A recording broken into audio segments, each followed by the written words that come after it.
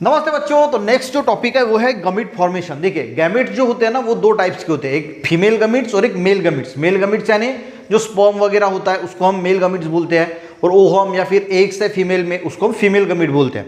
तो इनका फॉर्मेशन देखिएगा sir, both gametes that is sperm, sperm कहाँ पे फॉर्म होते हैं? मेंस में, and ovum are formed by the meiosis. यानी हमने देखा था कि मियोसिस प्रोसेस में डिप्लॉइड के हैप्लॉइड जो है वो सेल्स बनते हैं। इसमें स्पर्म जो है वो बोथ गमीट्स यानी स्पर्म यानी मेल और ओवम यानी जो फीमेल में बनते हैं वो मियोसिस के प्रोसेस से जो है वो बनते हैं।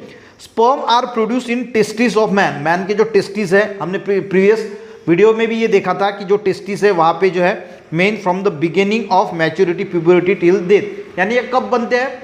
जब बच्चा बड़ा हो जाता है, यानी जो मेन है वो जब छोटे बच्चे होते हैं वो जब बड़े हो जाते हैं 16-17 साल की उम्र में जो है वो प्यूबर्टी में आते हैं यानी मैच्योरिटी में आते हैं, और उस वक्त जो है वो स्पर्म टेस्टिस में स्पर्म बनना जो है वो स्टार्ट हो जाता है।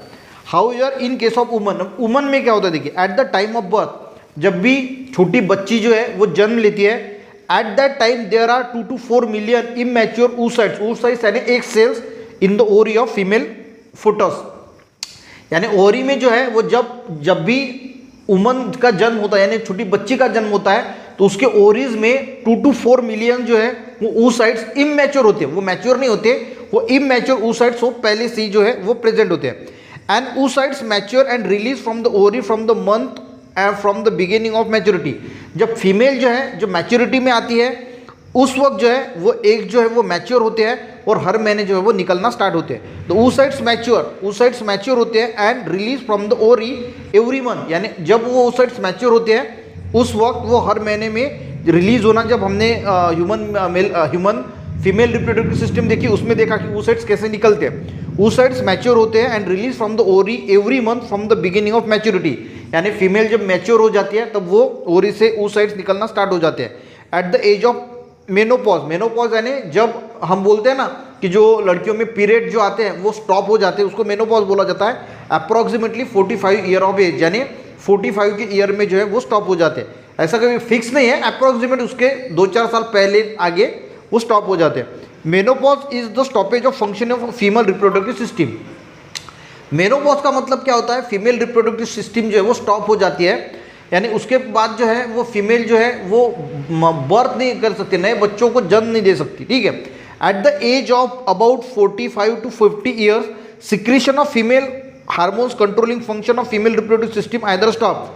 जो फीमेल रिप्रोडक्टिव सिस्टम के हार्मोन्स हैं वो स्टॉप हो जाते हैं या फिर इरेगुलर हो जाते हैं, और उसे बोला जाता है दिस कॉजेज ऑफ मेनोपॉज। उसकी वजह से जो है वो मेनोपॉज होता है। यानी जो हार्मोन्स है, जो रिप्रोडक्टिव सिस्टम को लगने वाले जो हार्मोन्स है वो एक तो इरेगुलर हो जाएंगे या फिर स्टॉप हो जाएंगे, और उसकी वजह से मेनोपॉज होता है। मेनोपॉज यानी जो रिप्रोडक्टिव सिस्टम है वो फिर स्टॉप हो जाती है, या फिर हम बोल सकते हैं जो लड़कियों में पीरियड्स आते हैं वो बंद हो जाते हैं। वो कब होते हैं? 45 या 50 के एज में जो है जब वुमन पहुंच जाती है उस वक्त जो है वो हमें देखने को मिलता है कि मेनोपॉज जो है वो स्टॉप होता है। तो ये गमीट फॉर्मेशन आई थिंक आपको समझ में आ गया होगा। नेक्स्ट इसमें फर्टिलाइजेशन है, वो थोड़ा सा डिटेल में हम जो है वो समझने की कोशिश करेंगे, बड़ा टॉपिक है थोड़ा। ठीक है। तो फर्टिलाइजेशन के बाद डेवलपमेंट ऑफ बर्थ वगैरह है, तो ये सारी चीज़ें समझने की कोशिश करेंगे। तो एक गमीट फॉर्मेशन जो है वो अच्छी तरीके से समझ में आ गया होगा। वीडियो को लाइक जरूर करना, अपने दोस्तों को भी शेयर करना, चैनल पे बच्चों ने जरूर सब्सक्राइब करना। मिलते हैं नेक्स्ट वीडियो में, तब तक के लिए जय हिंद।